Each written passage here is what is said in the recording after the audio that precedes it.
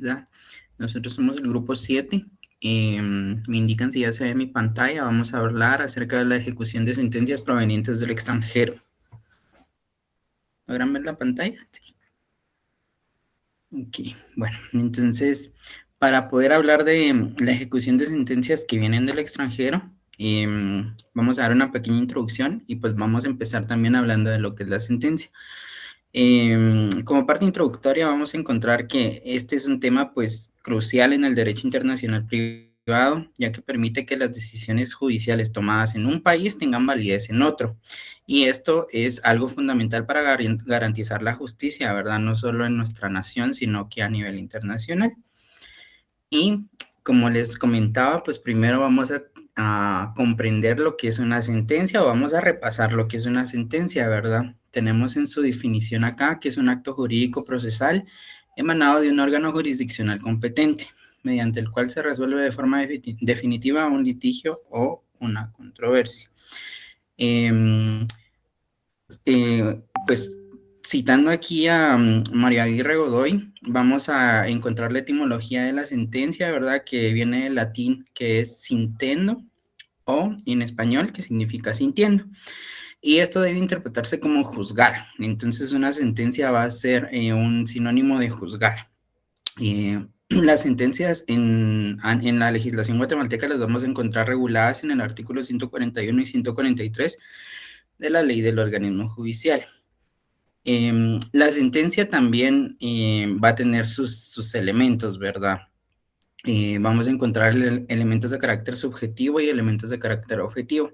Lo subjetivo va a ser que es la voluntad del juez. Entonces, al final es el juez el que decide conforme a su razonamiento y esta es la parte subjetiva. Entonces, va a ser la voluntad plena del juez. Y la parte objetiva va a ser justamente cómo se regula en el derecho, cómo se toman las decisiones y pues va a también contener el documento, ¿verdad? Que tenga el fallo.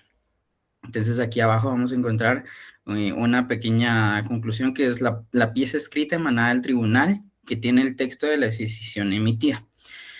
Y vamos a hablar de qué contiene y cómo debería estar estructurada una sentencia. Entonces acá vamos a encontrar que vamos a tener dos requisitos, uno va a ser el requisito de fondo y uno el requisito de forma. Recordemos que hasta el momento estamos hablando solo de la legislación guatemalteca, estamos retomando y recapitulando esto. Entonces los requisitos de fondo van a ser justamente aquel análisis lógico, jurídico y crítico de la aplicación del derecho, en este caso nacional, ¿verdad? Debiendo de ser coherente con las peticiones de la demanda o la oposición. Y es decir, todo el fondo del asunto que vaya conforme a derecho y que pueda ser exigible, ¿verdad? Y los requisitos de forma vamos a encontrar todas las cosas que son las formalidades que se deben cumplir al momento del redactar, ¿verdad? Estas formalidades pues ya las tenemos un poco más presentes en lo que es notarial, pero eso no quiere decir que se quede exentas otras partes del derecho. Entonces aquí vamos a encontrar que dentro de estas formalidades vamos a encontrar una parte expositiva que va a ser un encabezado o un preámbulo en donde va toda la información, ¿verdad? Los resultados o hechos de la demanda. Vamos a encontrar los considerandos y esta es la parte expositiva. En la parte declarativa vamos a encontrar lo que es el cierre, las peticiones, ¿verdad? Que se están realizando y el fundamento, pues ya, de ley. A continuación los voy a dejar con mi compañera Dairi y ella va a continuar con lo que es los efectos de la sentencia. Muy buenas tardes, compañeros y licenciada presente. A mí me tocó exponer sobre los efectos de la sentencia, que en esto se producen, son las consecuencias legales que nacen de una decisión judicial, que esta al estar firme ya no se puede apelar. La fuerza se debe a que el juez o el tribunal que la dicta tiene la autoridad del Estado. En esta se encuentra la fuerza probatoria, la fuerza de cosa juzgada y la fuerza ejecutoria. En la primera es la fuerza probatoria, que tiene autenticidad por ser emitida por un juez competente y otorga asimismo también la fe judicial de lo ocurrido en el proceso. La fuerza de cosa juzgada es la autoridad y la eficacia de una sentencia cuando no existen contra estos medios de impugnación ni remedios procesales. Las características es la inimpugnabilidad y la inmutabilidad. Como tercera tenemos la fuerza ejecutoria. Esta es la facultad del juez competente para ejecutar la sentencia, incluyendo la falta de cumplimiento. El artículo 203 de la Constitución Política de la República de Guatemala indica que los tribunales guatemaltecos tienen la facultad de juzgar y promover la ejecución de lo juzgado.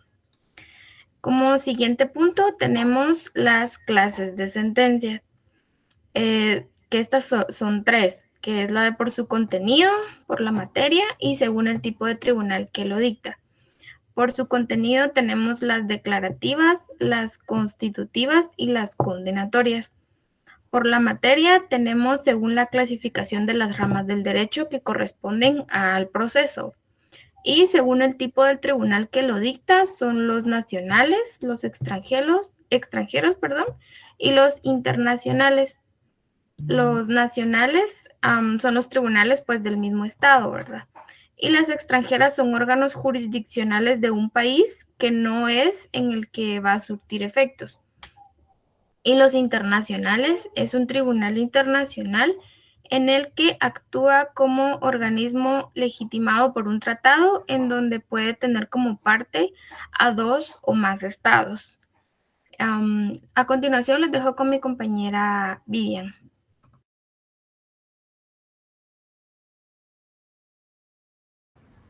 Buenas tardes, licenciada y compañeros. Yo les voy a exponer acerca de las sentencias extranjeras.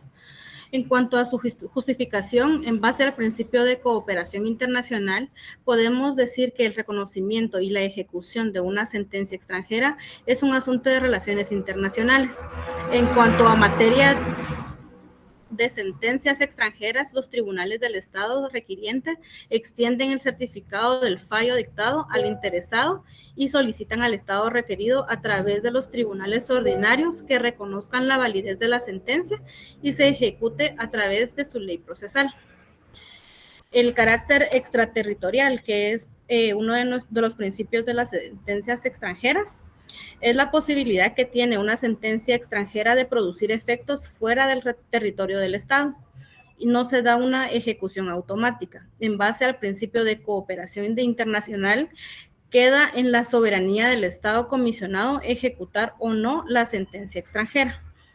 Para que el principio de extraterritorialidad adquiera validez, debe cumplir con los pases de ley del Estado en el que surtirá efectos. Le cedo la palabra a mi compañera Lilia.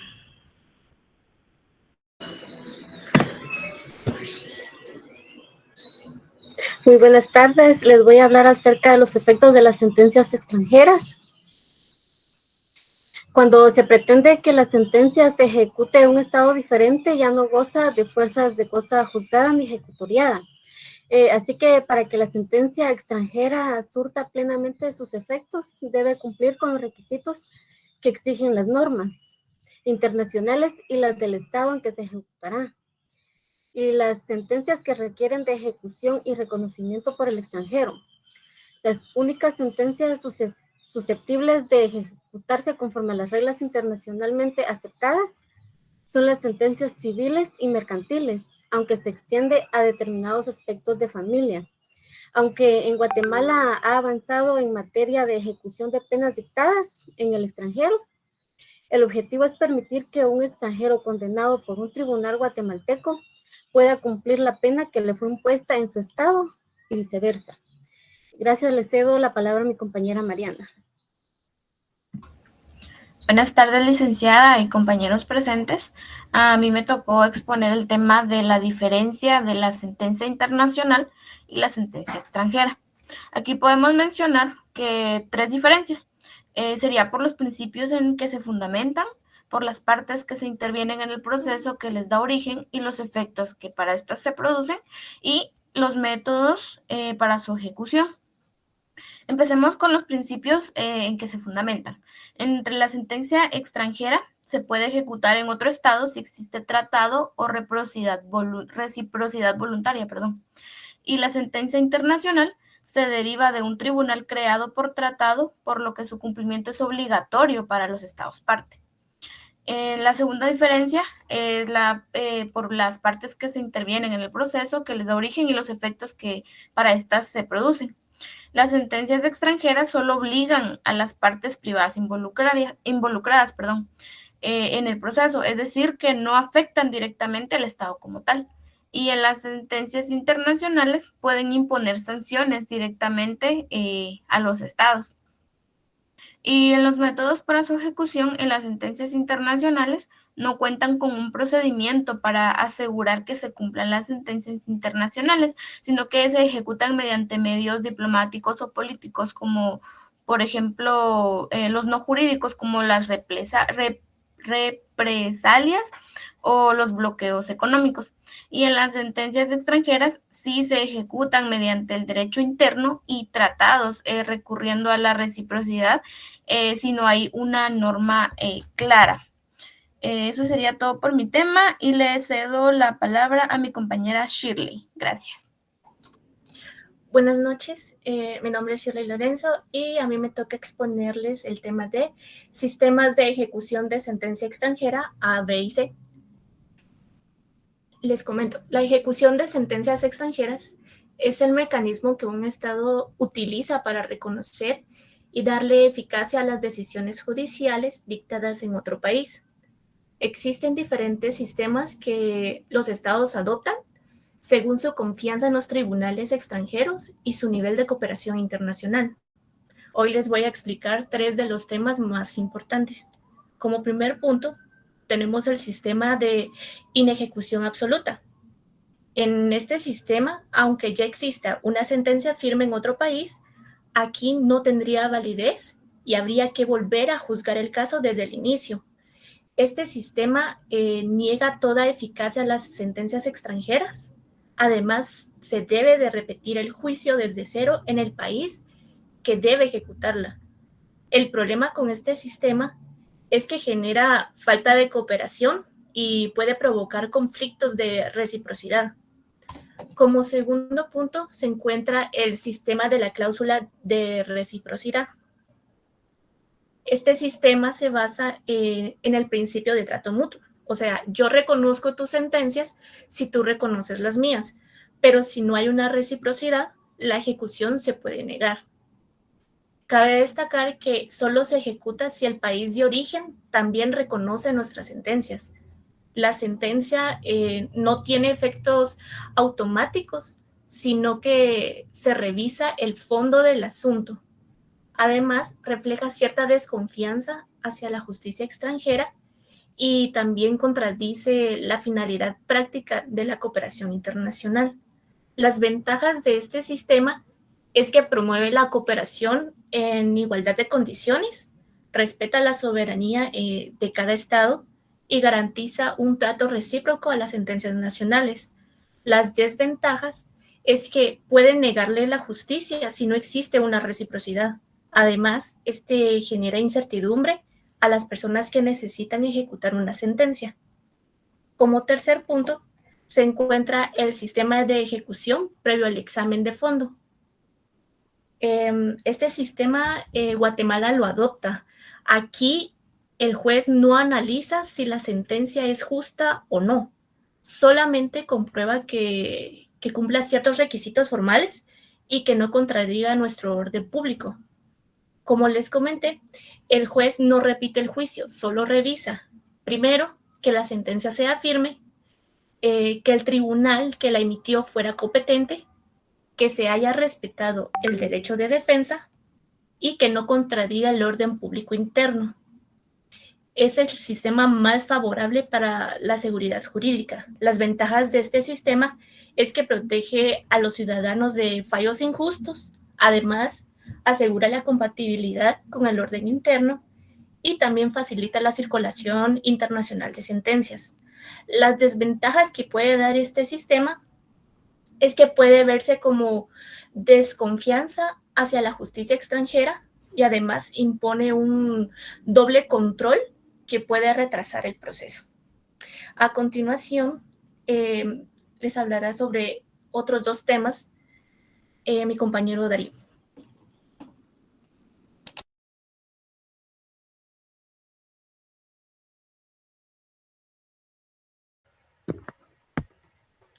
Muy buenas tardes. Le saluda Noé Flores. El día de hoy me tocó exponer sobre el sistema de ejecución de sentencia extranjera, los puntos D y E. Como podemos ver, el sistema de ejecución exequatur. El exequatur es un procedimiento mediante el cual los tribunales de un estado reconocen y autorizan la ejecución de una sentencia extranjera dentro de un territorio. Su finalidad es verificar que la resolución dictada en otro país cumpla con ciertos requisitos, como el orden público, competencia de tribunal extranjero y debidos procesos, entre otros, antes de que tenga efectos jurídicos en el estado requerido. Podemos validar la información, su base legal sería del exequatur, está regulado en el artículo 423 al 428 del Código Procesal Civil y Mercantil. También es de validar que se pide esta información, esta sentencia de ejecución, ante la Corte Suprema de Justicia. Los requisitos para esta sentencia es que la sentencia directamente sea firme, que no contravenga el orden público guatemalteco, que se acredite la reciprocidad, que el país de origen también reconozca las sentencias guatemaltecas. Un ejemplo sería que una sentencia de adopción emitida en el país de España solo será válida en Guatemala si obtiene el exequatur de la Corte Suprema de Justicia. Otro ejemplo podríamos validar que en Francia se aplica la jurisprudencia Cornelissen del 2007, donde el exequatur se concede si el juez extranjero era competente, la sentencia es conforme al orden público internacional y no hay fraude a la ley. Un ejemplo puede ser una sentencia mercantil de Guatemala, puede ejecutarse en Francia siempre que cumpla esas 3 condiciones. Como último punto, sería el sistema de ejecución previo examen de fondo y forma de la sentencia. Cuando hablamos del sistema de ejecución previo examen de fondo y firmeza de sentencia, nos referimos a aquellos países que no reconocen automáticamente las resoluciones extranjeras, sino que el juez nacional revisa el fondo del asunto, no solo aspectos formales. De igual forma, exige que la sentencia esté firme en el país de origen, que sería donde se realizó la sentencia. La base legal directamente es en el Código Procesal Civil y Mercantil, de igual manera en el 423 al 428. Se corrobora que la Corte Suprema de Justicia verifica no solo aspectos formales directamente de orden público, competencia o reciprocidad, sino también que la sentencia no sea contraria a la legislación guatemalteca en el fondo. Un ejemplo, una sentencia de divorcio dictada en El Salvador solo se reconoce si está firme y no contradice las normas sustanciales de la familia guatemalteca. Países que tienen un sistema de ejecución con control de bajo firmeza de la sentencia es Guatemala, Argentina, México, Alemania y Brasil. A continuación, les dejo con mi compañera Wanbin Rodríguez. Buenas tardes, licenciada, y buenas tardes a los presentes. En esta ocasión se les va a exponer acerca de los sistemas doctrinales de ejecución de sentencias extranjeras, las cuales son diversas teorías y enfoques propuestos por la doctrina jurídica. Entonces vamos a empezar directamente como referencia de autor con el Miguel Arjona Colomo, quien hace distinción de los siguientes sistemas doctrinales. Hablamos del sistema diferencial. Es una forma en la que algunos países manejan el reconocimiento y ejecución de las sentencias extranjeras. Tenemos, por ejemplo, cuando un tribunal de otro país dicta una sentencia y se requiere hacer cumplir en el país requerido. Primero, si el condenado es nacional del país requerido, se le da la posibilidad de volver a discutir el fondo del caso de los tribunales de su propio país. Es decir, que no se acepta automáticamente la sentencia extranjera, sino que se le permite iniciar un nuevo juicio para defenderse del mismo asunto. Tenemos como caso número 2, siempre hablando del sistema diferencial. Si el condenado es extranjero, no puede volver a discutir el fondo del caso. En este caso, la sentencia extranjera se reconoce más fácilmente, limitándose solamente a verificar que se cumplan ciertos requisitos de procedimiento, como pueden ser la legalidad formal, autenticidad de la sentencia, competencia del tribunal de extranjeros, entre otros asuntos. Tenemos otro sistema doctrinal que sería el sistema de revisión integral. Sería otra forma en la que un país decide si acepta o no una sentencia extranjera.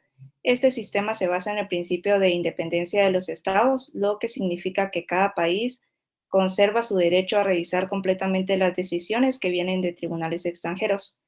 En otras palabras, las sentencias extranjeras no tienen fuerza por sí sola, sino que está sujeta a la revisión total por parte del país donde se pretende ejecutar. Tenemos también el sistema de la revisión atenuada. Reconoce el derecho al tribunal del estado requerido para revisar la sentencia dictada de derecho y de hecho para instancia de la parte contra la cual se esgrime la sentencia. El sistema de revisión atenuada es un punto intermedio debido a que no se limita a simples requisitos formales como en otros sistemas, pero tampoco revisa todo de oficio como es en el de revisión integral. Solo revisa a profundidad si la parte condenada lo solicita. Tenemos el sistema antirrevisionista, el tribunal extranjero ante el cual se alega una sentencia dictada por el juez de otro estado debe limitarse a comprobar si el fallo es regular en la forma, si ha sido dictada por jueces competentes, si es cosa juzgada y tiene fuerza ejecutiva, y si no tiene disposiciones contrarias al orden público internacional. Cuando se presenta una sentencia extranjera ante un tribunal de otro país, para que se reconozca o en todo caso que se ejecute, el juez no puede volver a analizar el caso ni el fondo del asunto. Solo puede comprobar algunos aspectos formales y básicos. Serían, por ejemplo, la regularidad en la forma, que esto se refiere a que la sentencia cumpla con los requisitos legales mínimos, ejemplo, la autenticidad, traducción, que esté válida, etc. También tenemos con la competencia del juez extranjero, que el tribunal que dictó la sentencia efectivamente tenía esa jurisdicción sobre el caso. Y tenemos la cosa juzgada y fuerza ejecutiva, que la sentencia sea definitiva, que ya no sea apelable y que tenga fuerza para ejecutarse en el otro país de origen. No contrariedad con el orden público internacional, que el contenido de la sentencia no vaya en contra de los principios fundamentales del Estado requerido. Ejemplo, derechos humanos, justicia básica y la moral. En conclusión, el sistema de antirreversionista prohíbe revisar el fondo del caso. El tribunal del país requerido solo hace un control formal y de compatibilidad mínima con el orden público para luego reconocer la sentencia extranjera. Tenemos un sistema llamado también capricho. Este señala que puede existir un sistema de capricho en la legislación, confía a la discreción de una autoridad de alto rango para admitir o rechazar la ejecución de la sentencia. Este sistema es más arbitrario y subjetivo de todos los modelos de reconocimiento de sentencias extranjeras. Los principales conflictos de este sistema es que no garantiza la seguridad jurídica, igualdad de trato, también puede crear inseguridad para los extranjeros que requieran hacer constar sentencias extranjeras en ese país. Es una forma subjetiva y poco confiable de emplear el reconocimiento de sentencias extranjeras porque se consiste de la siguiente manera. La decisión de aceptar o rechazar la ejecución de una sentencia extranjera no depende de las reglas claras o criterios jurídicos objetivos, sino que la legislación le da a una autoridad de alto rango la facultad de decidir a discreción sin límites definidos, ya sea un ministro, un funcionario público o en todo caso un juez. Esa autoridad puede actuar por criterios personales, políticos o incluso arbitrarios. Y como último sistema tenemos al de la Unión Europea. Es un sistema de cooperación recíproca y autónoma entre tribunales de la UE que facilita el reconocimiento y ejecución de sentencias sin discriminación. Su objetivo principal es garantizar la libre circulación de sentencias dentro de la Unión Europea, el reconocimiento automático, las decisiones judiciales de un Estado miembro que se reconocen y ejecutan en las demás sin necesidad de un nuevo procedimiento. No revisión de fondo, no se puede volver a juzgar el caso ni fiscalizar la competencia del tribunal que emitió la sentencia. También suspensión, solo se procede si la sentencia aún está pendiente de un recurso ordinario en el estado de origen. La rapidez, el tribunal que reciba la solicitud debe resolver pronto y la parte demandada no puede oponerse a esa fase inicial. Tenemos también que es importante en este sistema la no discriminación. No se puede exigir la garantía a la parte solicitante por ser extranjera o no residente. Le dejo la palabra a mi compañero Michael Emanuel Rodríguez.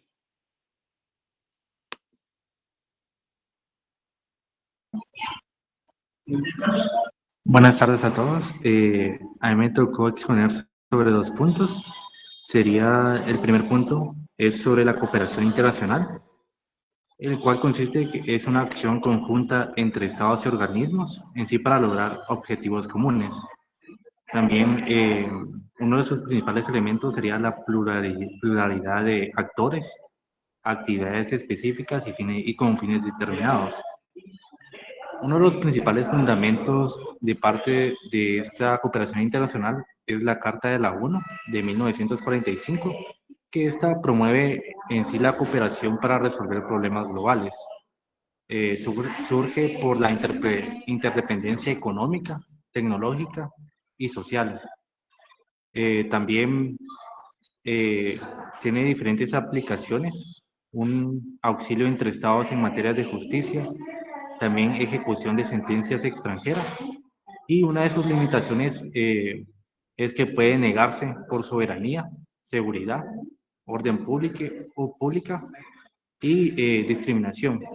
También la reciprocidad impulsa la cooperación y los tratados la fortalecen. En síntesis, la cooperación internacional permite a los estados ayudarse en justicia y desarrollo, aunque con límites claros. El siguiente punto es sobre Pacta sunt servanda, que en sí esto consiste que los pactos se deben de cumplir. Uno de los principios básicos del derecho internacional público es sobre esto, que los pactos se deben de cumplir. También uno de los fundamentos es la Convención de Viena de 1986. Todo tratado obliga y debe cumplirse de buena fe. Uno de los fundamentos sería en sus artículos 26 y 27. También tenemos la OEA y la Constitución de Guatemala. En su artículo 149 reafirman este deber. Una de sus aplicaciones sería: los estados no pueden excusarse en sí en su derecho interno para incumplir tratados. Solo la Constitución puede prevalecer en casos de conflictos directos. Y su importancia sería garantizar la confianza y estabilidad en las relaciones internacionales. También su base para que los tratados y las sentencias extranjeras sean respetados.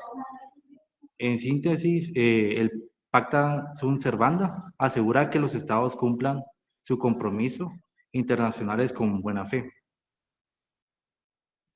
Muchas gracias por su atención. Le dejo la palabra a mi compañera Flor. Buenas noches. A mí me tocó el principio de buena fe y la reciprocidad. La buena fe es el principio que impone la lealtad y la intención de cumplir con los deberes jurídicos que resultan de los pactados. Es un principio fundamental que influye como un Estado decide reconocer y ejecutar una sentencia dictada por el tribunal extranjero. La buena fe se basa en el deber de cooperación entre estos estados para garantizar el acceso a la justicia y la actividad de las decisiones judiciales, más allá de las fronteras. La reciprocidad es el derecho internacional por existencia de preceptos coactivos eficientes de recibir el trato de un estado como recíproco de tratados entre otros estados. Este principio es la falta de tratado específico en la espera que el Estado requerido coopere con el requisito como una expresión de cortesía. Implica que un Estado ejecutará una sentencia extranjera si el otro Estado cumple también con las sentencias emitidas de estas sentencias de este Estado. Y sirve para fomentar la cooperación jurídica internacional y evita la desigualdad e incentiva a otros países a adoptar reglas más abiertas. Les voy a dejar con mi compañera Alejandra. Gracias. Buenas noches. Uno de los siguientes principios del derecho internacional privado es el del lex fori, lo que literalmente significa la ley del foro. Este informa que se debe dar la aplicación de la ley del tribunal en el asunto sometido a su jurisdicción. ¿Qué quiere decir esto? Que la normativa que aplica el juez es la del lugar en la que se está conociendo el caso. Esto es aplicado comúnmente tanto en el orden nacional como en el orden internacional. Luego, vemos el principio de oficiosidad, el cual nos indica que una vez que la parte interesada ha promovido la ejecución y se ha cumplido con los requisitos de admisibilidad, el proceso adquiere un componente de oficiosidad. Esto quiere decir que las autoridades son las que impulsan el trámite de manera automática, sin necesidad de un nuevo impulso de las partes. Esto ocurre comúnmente con la transmisión de cartas rogatorias, el envío de documentación a la autoridad central, la determinación del juez competente y finalmente la ejecución material de la sentencia en el estado requerido. Los dejo con mi siguiente compañero. Gracias. Muy buenas noches a todos. A mí me tocó sobre el punto del debido proceso. El debido proceso lo encontramos estipulado en el artículo 12 de la Constitución, el cual nos dice: es una garantía fundamental que posee toda persona para que sus derechos y su libertad no sean vulnerados sin antes haber un proceso legal ante un juez competente, ser oído y vencido en juicio. Esto, aplicado en el ámbito internacional, tiene que cumplir ciertos principios básicos o pasos que están interconectados, los cuales son: la demanda debe ser notificada al demandado por el ente encargado del país en donde se cometió la falta o el delito. La notificación luego debe de hacerse con las formas de ley del país donde se encuentre, sin transgredirlas del país de origen del contrario. Si esto ocurre, tendríamos un quebrantamiento en las formas del emplazamiento, lo cual implica que el demandado no ha sido efectivamente enterado de la demanda. Luego, debe otorgarse un plazo razonable al demandado para comparecer y defenderse. Las pruebas propuestas deben ser comunicadas al adversario para que tengan conocimiento de ellas antes de su diligenciamiento. Las pruebas pueden ser fiscalizadas por el adversario durante su diligenciamiento e impugnadas después. Gracias, los dejo con mi siguiente compañero.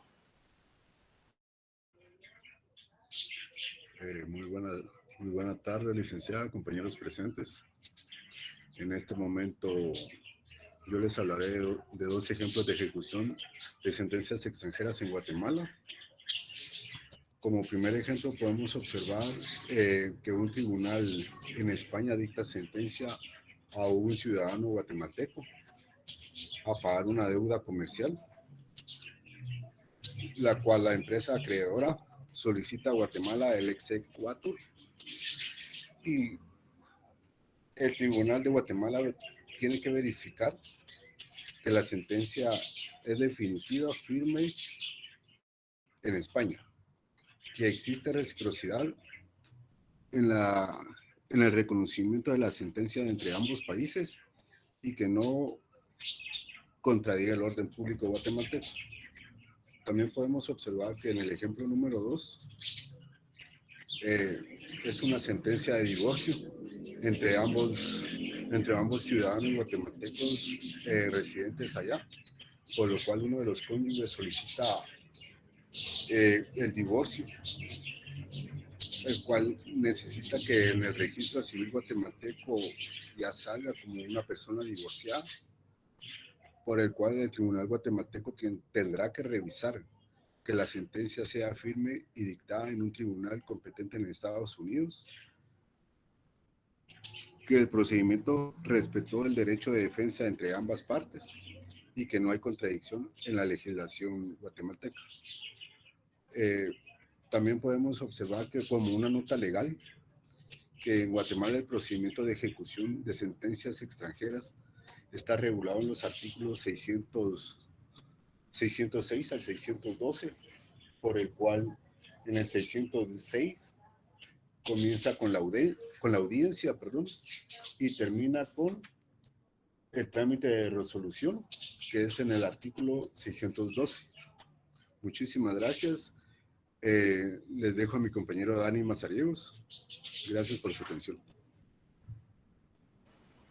Buenas noches. Entonces, en conclusión, la sentencia dictada dentro de un proceso se ejecutará en territorio que se ejecutará en un territorio de un estado distinto de aquel en que fue cometido el acto, afronta un problema principal, que es que carece de autoridad por estar fuera del territorio en que ejerce su soberanía. Disculpen. Pero esto se resuelve debido a que en el procedimiento no se vuelve a juzgar el fondo del asunto, sino que se debe de verificar que la decisión extranjera cumpla con los requisitos formales y sustanciales para garantizar que no vulnere la soberanía, la seguridad, el orden público ni los derechos fundamentales de los ciudadanos del país donde se solicita la validez de dicha sentencia. Gracias. Muchas gracias. Gracias por la intervención y muy acertada la exposición. Más adelante yo voy a hacer una retroalimentación. Miren, no hago la retroalimentación el día de hoy, que estoy un poquito mal en cuanto a mi garganta, entonces no voy a hacer el resumen como lo hice la vez pasada. No sé si está el siguiente grupo ya conectado. Lira, solo voy a pasar lista de los dale, que pasaron en este grupo, perdona. Chicos, yo ya tomé asistencia, pero igual voy a corroborar. Randy González. Presente. Gracias. Dairin Azucena Sinaí. Presente, Lita. Vivian Buluk. Presente, Ligda. Gracias. Lilian González. Presente. Miriam Sinaí. Soy Mariana Ligda. Buenas tardes, presente. Perdón, lo siento. Shirley Lorenzo. Presente. Bien. Noé Flores. Presente, licenciada. Laura Chocay. Ella ya no está en el grupo, Ligda. Ok. Jocelyn Joaquín tampoco. Ella tampoco. Ok, entonces está bien. Flor de María Menéndez. Presente, licenciada. Alejandra Ramos. Presente, licenciada. Dani Mazariegos. Sí. Presente, licenciada. Álvaro Gutiérrez. Presente. Wambin Rodríguez es, ¿verdad? Sí, correcto, presente, licenciada. Michael Rodríguez. Presente, licenciada. Y Ana Cecilia Leiva. Ella tampoco está ahí en el curso. ¿No? Son 3 entonces los que no están con usted. Le agradezco mucho. ¿Qué, licenciada? Demos inicio, por favor. Gracias.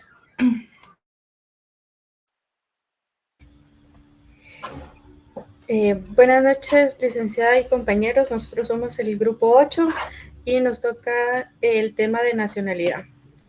La nacionalidad es un vínculo jurídico y político que une a una persona con un Estado, otorgándole derechos, protección y obligaciones según sus leyes. Diversos autores coinciden en que este vínculo, aunque puede tener distintos orígenes, siempre implica pertenencia a una comunidad política. Según el derecho internacional, cada Estado establece cómo se adquiere, pierde o recupera la nacionalidad. Este vínculo se caracteriza por ser no voluntario en su origen, que es cuando se nace en un territorio, voluntario en su permanencia, que es al poder cambiar de nacionalidad, necesario, ya que todas las personas deben pertenecer a un Estado, y exclusiva, aunque algunos países permiten la doble nacionalidad. Gracias. Buenas tardes, licenciada y compañeros. A mí me tocó darle una breve historia acerca de la nacionalidad. Los romanos lo consideraron un vínculo de sangre y de culto. Los germanos lo consideraron un vínculo tribal. En la Edad Media nació el vínculo con la tierra, dando origen al jus soli, que se exageró hasta prohibir la emigración. Francia, en el Código de Napoleón de 1804, introdujo el derecho de sangre, que también es conocido como el jus sanguinis, por el cual el francés, hijo de francés, será francés, y siempre lo seguirá siendo donde quiera que fuese o se establecieran. Muchos códigos se inspiraron en el Código de Napoleón y adoptaron el jus sanguini, para así determinar la nacionalidad, con excepción de Gran Bretaña, Dinamarca y Noruega, que adoptaron el jus soli, para determinar la nacionalidad y el domicilio del Estado y capacidad. Corriente, esta última que adoptó más tarde Estados Unidos de América. Ahora bien, ¿qué efectos de la nacionalidad hay? Y en estos son múltiples y mencionaremos algunos. Otorga derechos políticos, impone deberes militares, capacita para ciertas funciones públicas, da derecho a un pasaporte, da derecho a innovar, en ciertos casos, la protección diplomática, posibilita la repatriación, da derecho a poseer bienes inmuebles en zonas restringidas consideradas de interés nacional por razones de seguridad. Da derecho a participar como socio en ciertas empresas cuyo objeto queda reservado a los nacionales de un Estado. Por ejemplo, empresas aéreas, empresas marítimas, empresas constructoras de armamento. Y también da derecho a la práctica de ciertas profesiones liberales que conllevan el depósito de la fe pública del Estado. Por ejemplo, el notariado. Gracias. Buenas noches, compañeros y licenciada presente. Yo les voy a exponer sobre la determinación de la nacionalidad. Los estados hoy en día se dividen entre aquellos que determinan la nacionalidad por el lugar del nacimiento de la persona y aquellos que determinan la nacionalidad por la nacionalidad de los padres. Los primeros aplican la corriente del jus soli, que sería el derecho del territorio y el derecho al suelo. Y los segundos aplican la corriente del jus sanguinis, que sería el derecho de la sangre. Entre aquellos que aplican el jus soli, tenemos aquellos que lo aplican, pero haciendo una abstracción de la nacionalidad de los padres, tal como Estados Unidos y México, concluyendo que el solo hecho físico del nacimiento en su propio territorio reclama la nacionalidad de dicho territorio, y aquellos que lo condicionan a que los padres posean la nacionalidad del territorio de nacimiento. Dentro de la segunda posibilidad encontramos que aquellos estados que dejan la puerta abierta para que al llegar la mayoría de edad los hijos de padres extranjeros hagan una opción voluntaria y consciente de la nacionalidad correspondiente al territorio de nacimiento o al del nacimiento de sus padres, tal como Guatemala, entre otros. La casi totalidad de los estados de América adoptan la corriente del jus soli, algunos en su sentido estricto, otros condicionados, como dijimos antes. La casi totalidad de los estados europeos, entre los más importantes como Italia, Alemania, Francia, adoptan la tendencia del jus sanguinis, probablemente como un medio colonista de mantener bajo la jurisdicción de sus leyes a los hijos nacionales emigrantes y de estos. Decimos que es casi la totalidad porque entre los estados europeos también hay algunos que adoptan la tendencia del jus soli, como por ejemplo Gran Bretaña. La tendencia que más parece adaptarse a la realidad y a la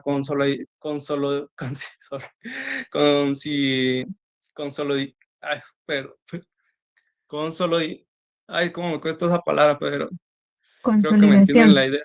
Esa misma, creo que me ok. De los estados, especialmente los de reciente acceso a la comunidad internacional, es la del jus soli. Podemos afirmar que la doctrina del jus soli no solo sigue de manera estrictamente ortodoxa, sino que combinándola en cierta forma con el jus sanguinis. Se establece que Guatemala solo reconoce la nacionalidad guatemalteca, admitiendo, como lo establecimos antes, independientemente de lo anterior, que nuestra legislación, como excepción en los casos de los centroamericanos. Entonces, el guatemalteco conserva todos sus derechos y obligaciones sin poder oponer la nacionalidad extranjera a la guatemalteca ni invocar soberanía extranjera. Es importante hacer notar que en el caso de los centroamericanos establecidos en Guatemala, la nacionalidad reconocida está sujeta a dos condiciones. La primera condición es que se adquiera el domicilio en la República de Guatemala, y la segunda, que se manifiesta ante autoridad competente su deseo de tener la nacionalidad guatemalteca. Muchas gracias, eso sería mi parte. Le concedo la palabra a mi siguiente compañero. Buenas noches, compañeros. El día de hoy voy a citarles algunos artículos en los cuales está comprendida la nacionalidad. En primer lugar, la Constitución establece en el artículo 145 que también son guatemaltecos de origen quienes nacen en países que formaron parte de la antigua Federación Centroamericana, siempre que establezcan domicilio en Guatemala y lo manifiesten ante autoridad competente. El artículo 146 de la Constitución agrega que son guatemaltecos por naturalización quienes adquieren su nacionalidad conforme a la ley y que gozan de los mismos derechos que los guatemaltecos de origen, salvo las limitaciones que fija la Constitución. Más adelante, en el artículo 147, señala que la ciudadanía corresponde a los guatemaltecos mayores de 18 años, quienes adquieren derechos políticos y obligaciones cívicas. Y por último, el artículo 148 aclara que esa ciudadanía puede suspenderse, perderse o recuperarse de acuerdo con la ley. Pasando a la ley de la nacionalidad, en su artículo primero, la define como un vínculo jurídico y político entre el Estado y las personas, basada en la comunidad social y en intereses compartidos. El artículo 2 deja claro que todo lo relativo a la nacionalidad se regula exclusivamente por la legislación guatemalteca. El artículo 3 garantiza que un guatemalteco de origen no puede ser privado de su nacionalidad y que esta es irrenunciable, salvo en los casos de naturalización en otro país. El artículo 4 regula las naturalizaciones en el extranjero, indicando que no se reconocen si el guatemalteco vive en Guatemala, salvo que se trate de naturalización por matrimonio. El artículo 5 aborda la doble o múltiple nacionalidad, aclarando que dentro del territorio solo se reconoce la guatemalteca y no se puede invocar otra soberanía frente al Estado. Finalmente, el artículo 7 explica que los términos natural, de origen y por nacimiento son sinónimos e incluyen tanto el jus soli como el jus sanguinis. En conclusión, la Constitución y la Ley de Nacionalidad establecen claramente quiénes son guatemaltecos, cómo se adquiere y conserva la nacionalidad y qué significa ser ciudadano. Estos artículos aseguran la identidad nacional y definen el vínculo jurídico-político entre el Estado y sus habitantes. Gracias por su atención y les cedo la palabra a mi siguiente compañero. Buenas noches, licenciada. A mí me tocó hablar del tipo de nacionalidad. Tenemos la nacionalidad de origen, que es por nacimiento, es la que se adquiere automáticamente al nacer sin necesidad de ningún trámite. Se determina principalmente por dos criterios. El jus soli, que es el derecho del suelo, se adquiere por haber nacido en el territorio de un estado independiente de la nacionalidad de los padres. El jus sanguinis se adquiere por ser hijo de uno o ambos padres que ya son nacionales sin importar el lugar de nacimiento. La nacionalidad adquirida o derivada es la que una persona obtiene después de su nacimiento cuando originalmente tenía otra nacionalidad o era apátrida. Puede obtenerse por naturalización cuando un extranjero cumple los requisitos legales. Por matrimonio, en algunos casos un extranjero se casa con un nacional, puede optar por adquirir la nacionalidad. La opción, derecho de que tienen algunas personas, generalmente hijos extranjeros nacidos en un país, para elegir entre la nacionalidad de un lugar de nacimiento o la de sus padres al alcanzar la mayoría de edad. Gracias. Le doy la palabra a mi siguiente compañero.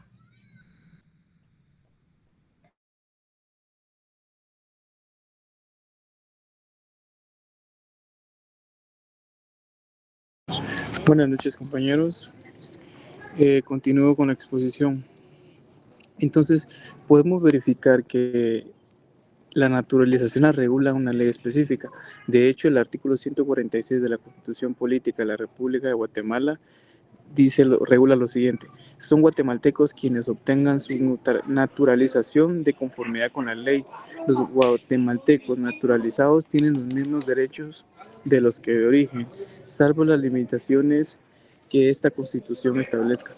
Como podemos ver, nuestra Carta Magna nos da fundamentación, y de ahí podemos partir de que también podemos complementarla con lo dispuesto en la Ley de Nacionalidad en los artículos del 9 al 24 de dicha ley.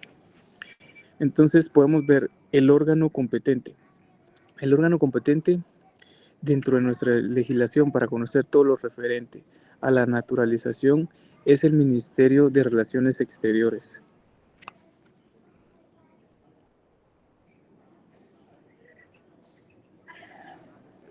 Compañeros, ¿podrían cambiar la diapositiva? Ahora, como siguiente paso, vamos a verificar el trámite de los solicitantes que residen en el extranjero. Como podemos observar, los guatemaltecos naturales residentes en Guatemala pueden presentar su extranjero ante el Ministerio de Relaciones Exteriores o ante la Embajada. Inciso B, pueden actuar por mandato guatemalteco, otorgando mandato especial con representación quienes lo presentan, excepto lo relativo a la opción, que es la misma del juramento y fidelidad de la renuncia de la nacionalidad. Inciso C, la solicitud debe contener formalmente lo siguiente: como primer número, designación del funcionario; segundo, generales del solicitante; 3, lugares para recibir notificaciones; 4, cita de nacionalidad o que ésta corresponde de pleno derecho de leyes; quinto, lugar y fecha; sexto, ratificación, excepto cuando se trate de recuperar la nacionalidad que corresponde del pleno del derecho. Inciso D, diligencias. El funcionario recibe la solicitud, las pruebas, la opción, el juramento, la renuncia de la nacionalidad extranjera, emite audiencia al Ministerio Público y remite al Ministerio el expediente para la resolución final. El trámite en esta forma, como se dijo al principio, lo utilizan los hijos de padres guatemaltecos que pertenezcan fuera de Guatemala. Podríamos ahora verificamos el trámite de los solicitantes que residen en la República. Inciso A, formalmente la solicitud debe contener: son requisitos esenciales y entre ellos encontramos la designación del funcionario a quien se dirige. Disculpe, compañero, esa es mi parte. Ok, gracias. Disculpe, compañero, esa es mi parte. Buenas tardes. Buenas tardes. A mí me tocó el trámite de los solicitantes que residen en la República. La naturalización concesiva en Guatemala es un trámite dirigido a personas extranjeras residentes en el país que desean obtener la nacionalidad guatemalteca y debe presentarse ante la gobernación departamental. La solicitud debe incluir datos personales, direcciones y citar los artículos 33 del decreto 1613 del Congreso y el artículo 146 de la Constitución de la República, además de adjuntar varios documentos esenciales como certificados de residencia, antecedentes penales y policíacos, certificado de nacionalidad del país de origen, comprobantes de solvencia económica, recibo del impuesto de extranjería, boleto de ornato, pasaporte original, que éste queda retenido durante el proceso, y la propuesta de 2 testigos. Una vez presentada el trámite, continúa con la ratificación personal del solicitante, la audiencia de testigos, publicaciones legales, una investigación por parte de la Policía Nacional sobre la vida del interesado y la evaluación de conocimientos básicos por un grupo evaluador. Finalmente, el expediente se traslada al Ministerio de Relaciones Exteriores, que consulta su asesoría jurídica, y al Ministerio Público. Y si todo está en orden, concede la nacionalidad, toma juramento y emite el certificado correspondiente. Es un proceso extenso y riguroso que requiere cumplir cada paso cuidadosamente, ya que la omisión de alguno puede atrasar o anular la solicitud.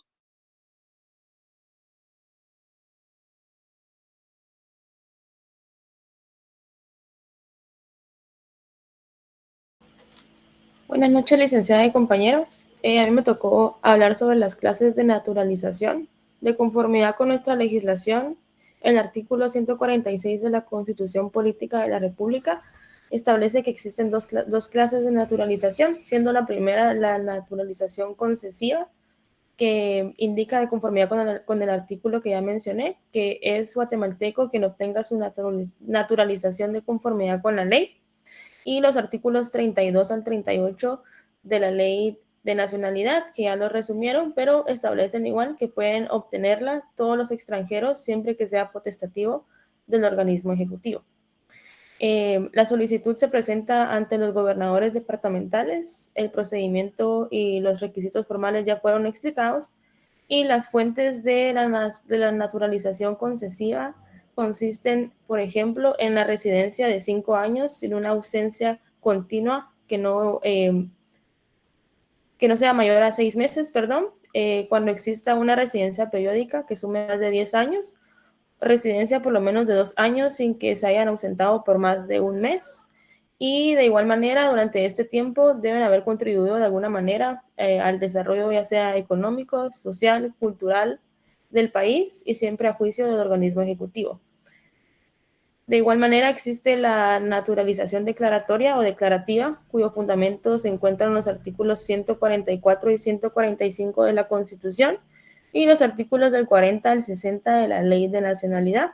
El trámite ya fue explicado y la fuente de esta naturalización es la doctrina Ius Sanguinis, que como ya lo explicaron, en la que se basa en la sangre, es decir, por filiación, y la nacionalidad, el Ius Soli, que hace referencia al lugar de nacimiento. De igual manera, la Ley de Nacionalidad establece en el artículo 53 que la nacionalidad, valga la redundancia, puede perderse si la persona se ausenta por más de 4 años del país, y existen excepciones, por ejemplo, si fue naturalización por matrimonio, si hubo una disposición de un tratado vigente, si prestó servicios a la República, si hubo una causa de fuerza mayor o si fue autorizado especialmente por el Ministerio de Relaciones Exteriores. Gracias. Buenas noches, compañeros. A mí me toca exponer sobre la Ley de Nacionalidad, el cual es el decreto 1613 de 1966. La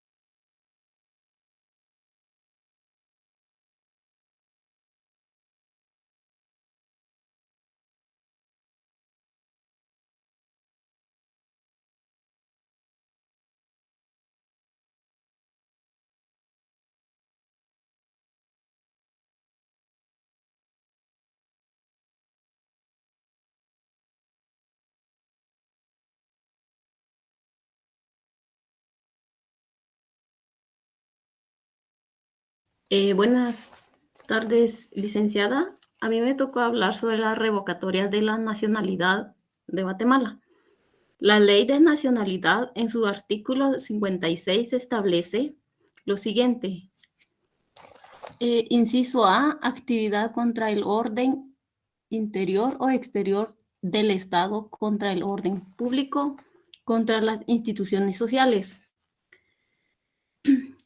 Esta acción perjudica el orden interior o exterior del Estado. Inciso B, invocar soberanía extranjera frente a Guatemala cuando la persona se pone bajo la autoridad de otro país o lo defiende frente a Guatemala. Inciso C, negatividad injustificada a servir a Guatemala. Indica el rechazo a cumplir las obligaciones ciudadanas o a defender al país. Inciso D, ocultación de antecedentes graves. Significa que si una persona que ha obtenido la nacionalidad por naturalización ocultó información sobre delitos o actividades ilícitas graves durante el proceso de solicitud.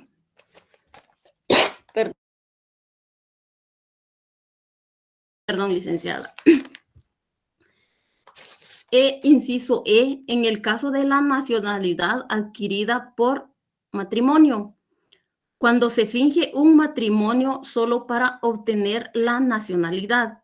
Inciso F, por fraude, implica la pérdida de la ciudadanía si se demuestra que fue obtenida mediante engaño, ocultación de información o uso de documentos falsos. Inciso G, si los obligados no hacen la manifestación correspondiente. Las personas deben de declarar o confirmar su nacionalidad ante las autoridades. Como prueba de la nacionalidad, para probar la nacionalidad se presenta la certificación ante el Ministerio de Relaciones Exteriores dentro de los 3 meses anteriores a la fecha en que se pretende probar. Gracias.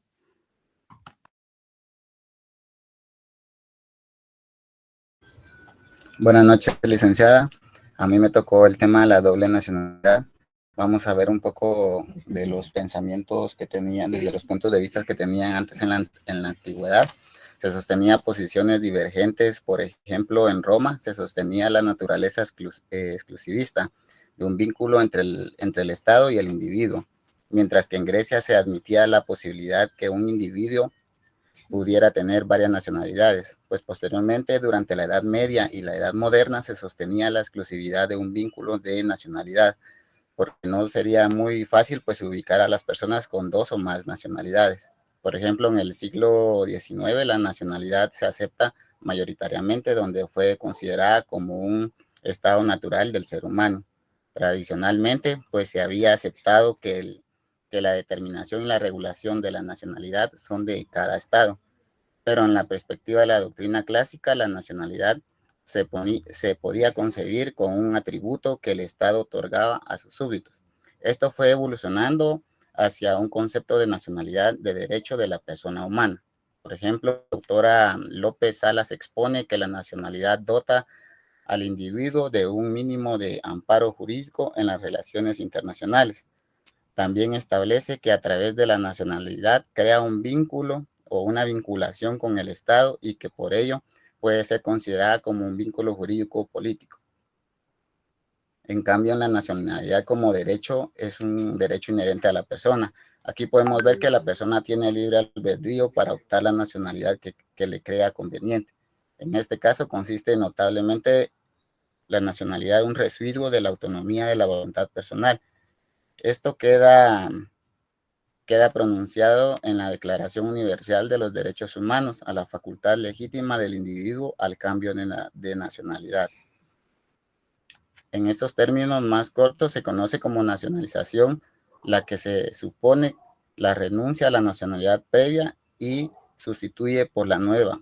Hace desaparecer un vínculo jurídico político o a una de ellas para dar virtualidad exclusiva a una sola nacionalidad y con ello y consecuentemente procede a equiparar a aquel que fue originalmente extranjero para un estado con los nacionales del mismo. Entonces la doble nacionalidad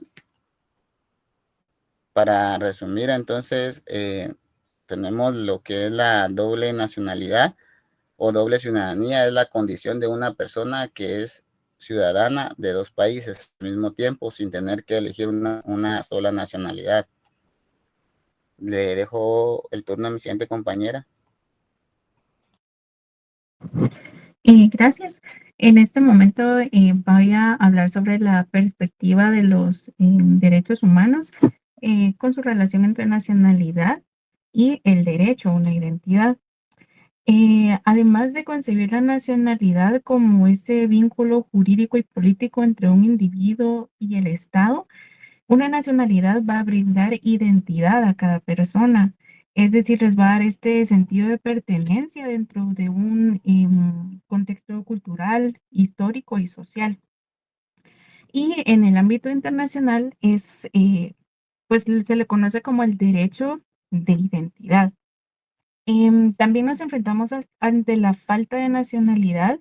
Esto se le conoce como apatridia. Y cuando las personas carecen de una nacionalidad, se colocan a ellas mismas en una situación vulnerable porque van a perder derechos básicos como educación, salud o trabajo. Es de esa cuenta que los estados y organismos internacionales pues deben velar por emitir normas y tratados que puedan garantizar la nacionalidad desde el momento del nacimiento de cada persona. Como fundamento legal podemos utilizar el artículo 15 de la Declaración Universal de los Derechos Humanos, donde establece, número 1, que toda persona tiene derecho a una nacionalidad.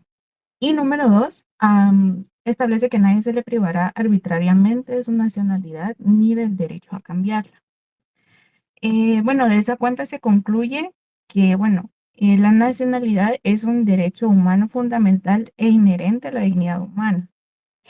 Por ende, todos tenemos la libertad de cambiar de nacionalidad en el ejercicio de nuestra autonomía y libre desarrollo de personalidad.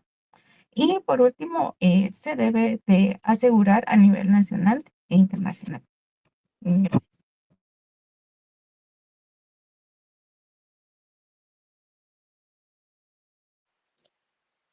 Buenas noches, compañeros. Perdón por que se me fue la señal, pero estábamos hablando sobre la ley de nacionalidad.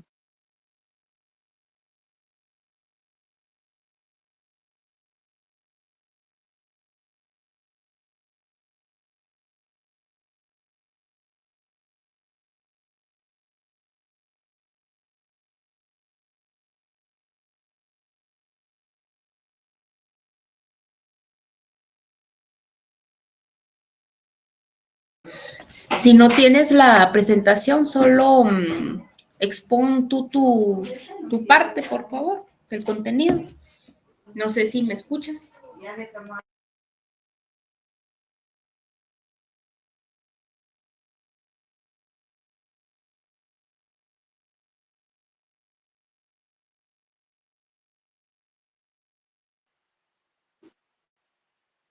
¿Me escuchan, compañeros?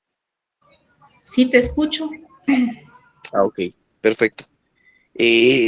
Vamos a hacer un poquito breves ya que tengo un problema con la conexión de internet.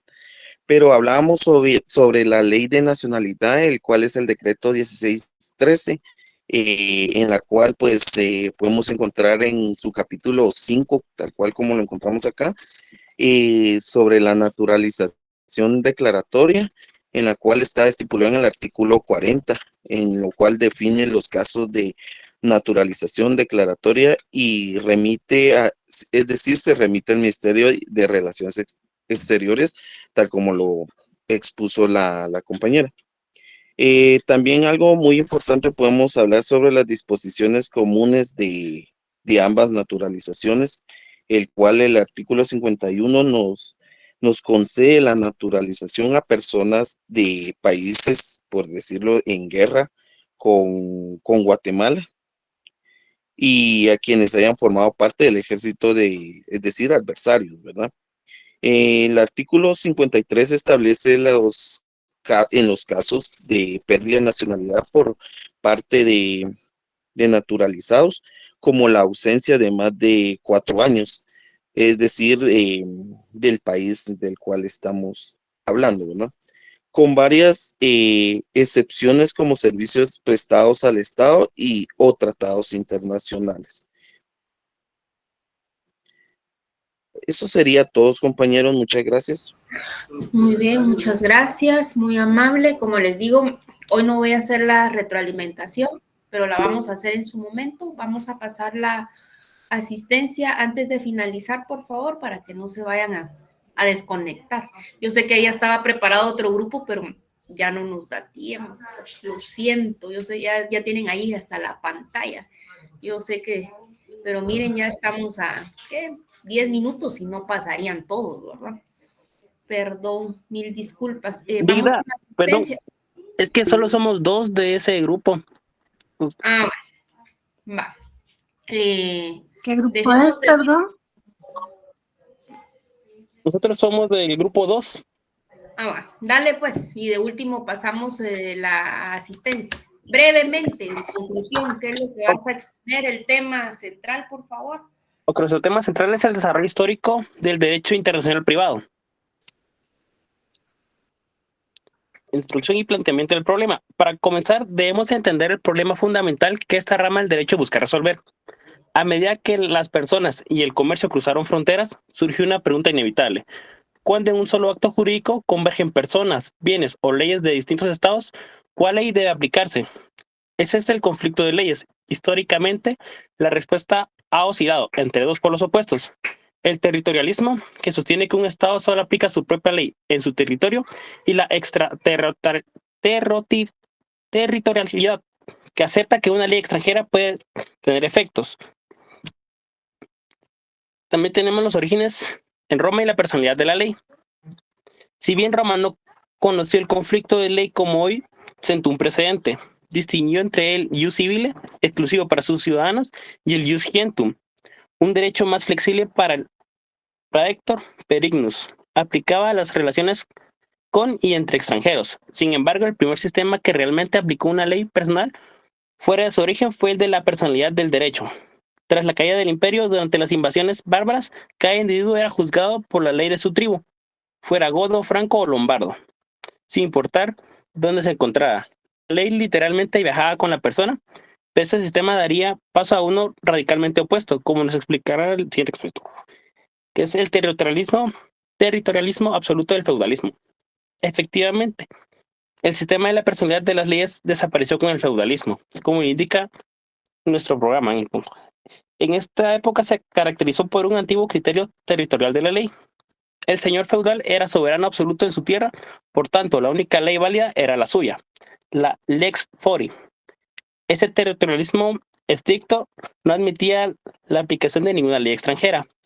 Si un florentino estaba en París, se le aplicaba la ley parisina sin excepción. Ese sistema rígido obstaculizaba el crecimiento comercial y generó la necesidad de buscar soluciones más flexibles, lo que nos conlleva directamente al nacimiento de las escuelas estatutarias. La escuela estatutaria italiana fue en las prósperas ciudades del estado del norte de Italia donde nació la primera solución doctrinal. Juristas como Accurcio y especialmente Bartolo de Sassoferrato son considerados los fundadores del derecho internacional privado. Sus métodos fue analizar las leyes locales o estatutos y clasificarlos. Crearon la distinción fundamental que marcaría los siguientes siglos. Los estatutos reales, aquellos que se refieren a bienes, res, son territoriales y se rigen por la ley del lugar donde se encuentran. Lex rei citae. Estatutos personales. Te voy a interrumpir. Dígame. Démosle ahí espacio al otro compañerito, okay. Si no va a pasar. Gracias. Okay, gracias. ¿Qué tal, licenciada? Buenas noches, ¿me escucha? Sí, te escucho, adelante. Gracias. Bueno, siguiendo con las escuelas que nos toca exponer, pues tenemos la escuela alemana Savigny y la comunidad jurídica. Efectivamente, en el siglo XIX, el jurista alemán Friedrich Karl von Savigny rompió con toda la... ¿Cuál es lo más importante de las escuelas que tú quieres, te tocaron, para no ahondar tanto en los autores? No, lo más importante, por favor. Porque tienes 3 minutos. Ok. Este tiene asiento en una sede natural de relación jurídica, que es un contrato marítimo, un testamento, o tiene lugar en lo que se localiza más apropiadamente en la ley del lugar. Siguiendo con la exposición, tenemos la escuela italiana moderna, que acá encontramos a Savigny como también fue contemporáneo. Acá tenemos el principio de nacionalidad, y en la siguiente escuela, que es la angloamericana, tenemos también los derechos adquiridos, que aquí básicamente la teoría del vested rights o los derechos adquiridos defendida por juristas como Joseph Story de Estados Unidos e Inglaterra. Esta teoría pues postula que un juez local no aplica directamente la ley extranjera, sino que lo que hace es reconocer un derecho que fue válidamente creado y adquirido bajo el amparo de una ley extranjera.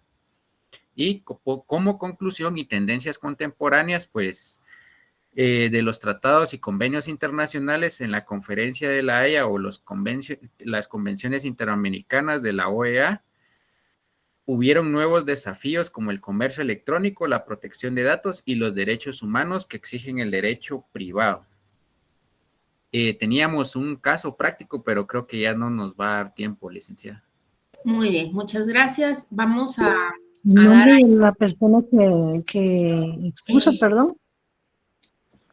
El mío. Lo de los dos compañeritos, por favor. Es Mario Augusto López Cabrera, carnet 2016-05770, grupo 2. Y Luis, no me recuerdo ahorita, le busco el nombre. Luis Ángel. El de él ya lo tengo anotado, gracias. Solamente Ok. deseo que no le aparezca el nombre. Ah, ok. Sí lo tomó, ¿verdad? Sí. Gracias. Gracias.